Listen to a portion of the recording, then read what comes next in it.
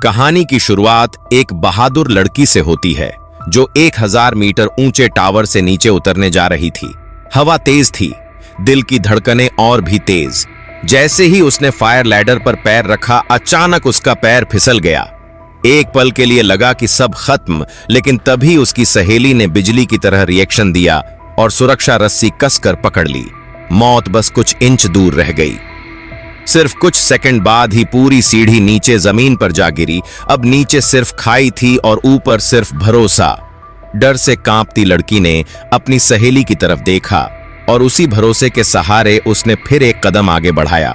कुछ सेकंड बाद ही सीढ़ी नीचे जमीन पर जा गिरी, लेकिन जब उन्होंने नीचे झांक कर देखा तो उन्हें एहसास हुआ कि जिस सीढ़ी के सहारे वे छड़ी थीं, वह तो पहले ही जमीन पर गिर चुकी है। अब उनके पास नीचे उतरने का कोई रास्ता नहीं था। उन्हें लगा जैसे मर जाना ही बेहतर है और उन्हें पछतावा होने लगा कि वे यहां आकर इतनी बड़ी मुसीबत में क्यों फंस गईं।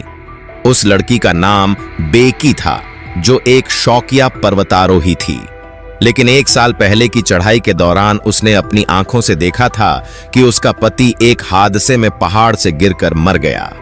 उस घटना के बाद वह पूरी तरह टूट गई और उसने सभी सामाजिक रिश्तों से दूरी बना ली। लेकिन कुछ दिन पहले उसकी सहेली अचानक उसके घर आई और बताया कि वह अब एक फुल टाइम स्ट्रीमर बन गई है। दर्शकों का ध्यान खींचने के लिए उसने अमेरिका के चौथे सबसे ऊंचे परित्यक्त टीवी टावर पर चढ़ने का प्लान बनाया था। बेकी का मन तो इसे ठुकराने का था, लेकिन उसकी सहेली ने कहा कि यह उसके दुख से बाहर निकलने का एक मौका हो सकता है, एक खतरनाक रोमांच के जरिए अतीत को अलविदा कहने का। आखिरकार बेकी मान गई। दोनों कार से उस टीवी संगीत टावर के पास के एक बार तक पहुंची।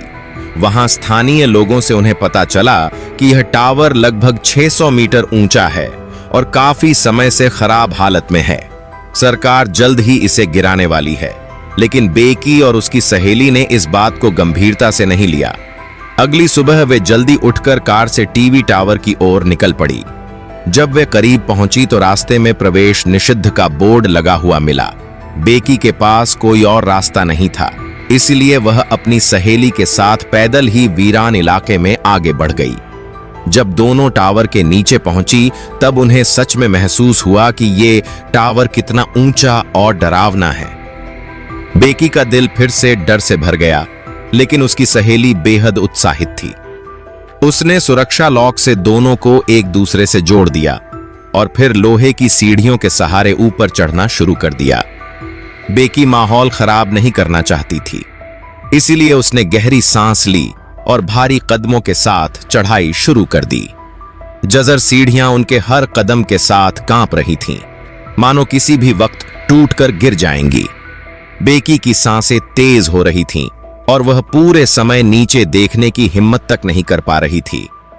वहीं उसकी सहेली बिल्कुल उलट थी। जितना ऊपर चढ़ती जा रही थी, उतनी ही ज्यादा उत्साहित होती जा रही थी। कुछ ही देर में वह टावर के ऊपरी प्लेटफॉर्म तक पहुंच गई।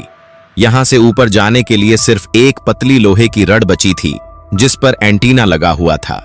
तेज हवा लगातार उनके चारों तरफ गूंज रही थी। बेकी ने गहरी सांस ली और आंखें बंद करके आगे झड़ती रहीं। सिग्नल रिसीवर के बाहर निकले हुए हिस्सों को पार करते हुए आखिरकार दोनों टावर की चोटी तक पहुंच गई। चारों तरफ फैले हुए विशाल पहाड़ों का नजारा देखकर वे खुशी से जोर जोर से चिल्लाने लगीं। ऐसा नजारा जिसे देखने के लिए मौत जैसे खतरे से गुजरना पड़ा हो। दोनों के दिल में पहले कभी न महसूस हुई उपलब्धि का एहसास भर रहा था। सहेली ने तुरंत मोबाइल निकालकर अलग अलग पोज में फोटो और वीडियो बनाने शुरू कर दिए।